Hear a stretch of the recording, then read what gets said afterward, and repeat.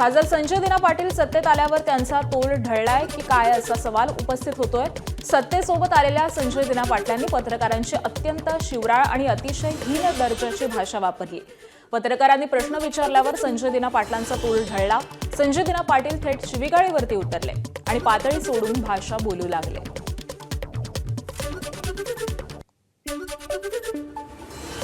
राजूल पाटील संदर्भात पाहिलं गेलं तर अरे भाई कशाला बस झाला ना आता तुला बोललो 2 मिनिटं बोलायचं होतं बोलणारच नव्हतं बोललो ना भाई आता किती कशाला हे करतोय चल बस माझ्या बरोबर बस ना गाडी बोलता बोलता जेवढं बोलायचं तेवढं बोलू चला कशाला इज्जत देतो भाई घे ना यार कशाला ठीक आहे जरा माझं हे बघू नका तुम्ही अति करताय हे भाई बस ना बंद कर ना आता बंद कर नाहीतर भाई मी विसरून जाईल मी खासदार आहे तुम्ही काय पहिला पण सांगितलंय मी इज्जत करतो इज्जत करा सांगतोय बरं तुम्ही उगाच माझ्या कोड घालतात आहे मी घे रेकॉर्ड कर इज्जत करतो उगाच डोक्यात जाऊ नका उगाच डोक्यात जाऊ नका घराखाली उगाच देतो जेवतोय तुम्हाला जेवायला देतोय काय उगाच त्यांच्याकडे जाल ते बोलतात ना मला मी बोलणार नाहीये आता परत आले तर मारून पाठवणार तुम्हाला पण जे बोलायचं लिहायचं ते लिहा रेकॉर्ड करा आणि सांगा तिकडे कमिशनरकडे जाऊन कंप्लेंट करा इज्जत करतोय तुम्हाला सहन करतोय खूप दिवस सहन केलं तुम्ही हा बाजू कशा अरे लिमिट आहे कुठल्या गोष्टीची बोलली आहे ना ती सांगितलं ना सर्व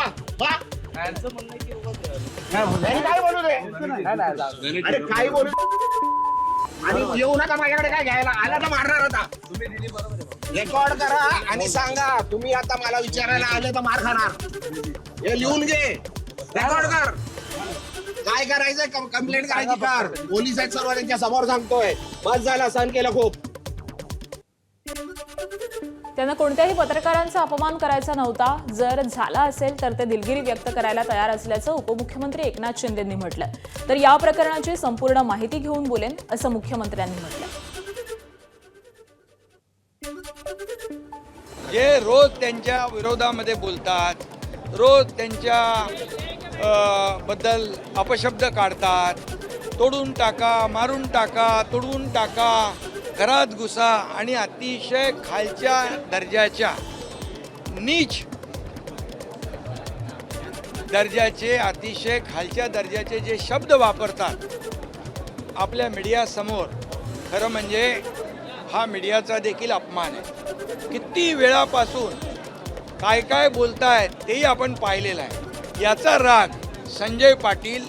यांच्या मनामध्ये आहे। त्या पत्रकारांच्या बाबतीमध्ये त्यांच्या मनामध्ये कुठलाही राग नाही आणि पत्रकारांच्या बाबतीमध्ये अशा प्रकारचं वक्तव्य कधी आम्ही कोणी लोकप्रतिनिधींनी करूही नये आणि त्यामुळे मी त्यांना सांगितलेलं आहे की आपल्याकडून काही शब्द गेले असतील पत्रकारांचे अपमानजनक तर आपण पत्रकारांशी बोलून दिलगिरी व्यक्त करू। प्रवासात असल्यामुळे मला याची काही कल्पना नाही सगळी माहिती घेऊनच याच्यावर बोलणं योग्य होईल। मी पहिले माहिती घेतो काय घडलंय